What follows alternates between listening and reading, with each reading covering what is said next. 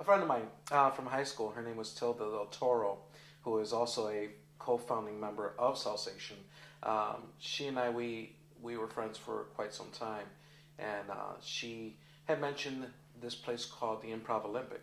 And so I went with her one night on a Monday to see this show called the Armando Diaz Experience, and I absolutely loved it.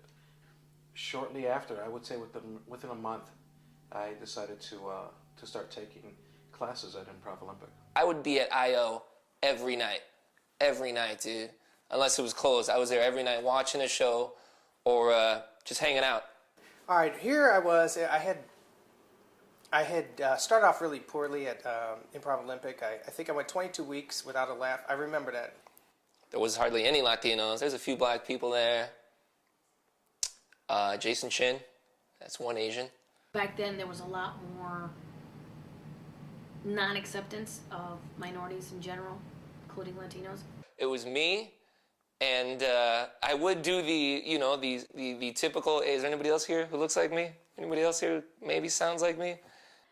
And being Latina, it was kind of like you didn't have a voice at all. So it was like not only were you fighting as a woman to get your stuff in, but to have your voice as a woman, and then on top of that, have your voice as a Latina was just kind of non-existent. There were certain times where it was like, because you're the only one, you kind of get pigeonholed into scenes, or you want to try a scene out where it's like, all right, yeah, in my mind, I want to create it in this environment, but I hope this person is with me and doesn't go where the obvious way would be, oh, I guess I'm a gangbanger. All right, this is a scene about me being a gangbanger. It's not really what I wanted to do, but I'll go along with it, I heard that this guy named Paul Vato, when I saw him, he was smoking cigars and playing cards a lot at the Improv Olympic.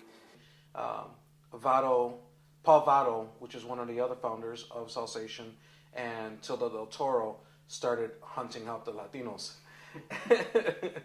Vato said, hey, we're getting this, there's this group that's getting put together. It's going to be all Latinos, and they're going to improvise. Hey, Ramon, I don't know, we got this crazy idea. We're thinking about forming a Latino comedy troupe. What do you think? Well, are there enough Latinos to do it? One day I was at home, and he called looking for my roommate, Joe Nunez. He had already performed with Second City Touring Company, and he had performed at Improv Olympic, The Annoyance.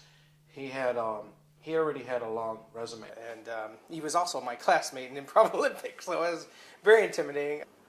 And I go, he goes, I'm Paul Vato. And I'm like, oh, Paul Vato, hi, how are you doing? I don't know who you know who I am. I'm Amr. And he's like, oh, no, I don't know who you are. And I'm like, oh, so what are you calling about? And I kind of knew the rumor he was doing something. He goes, oh, yeah, I'm trying to start a Latin comedy troupe. Oh, yeah, I'm very Latino. Oh, do you know I'm Colombian, blah, blah, blah. He goes, really? We're looking for people.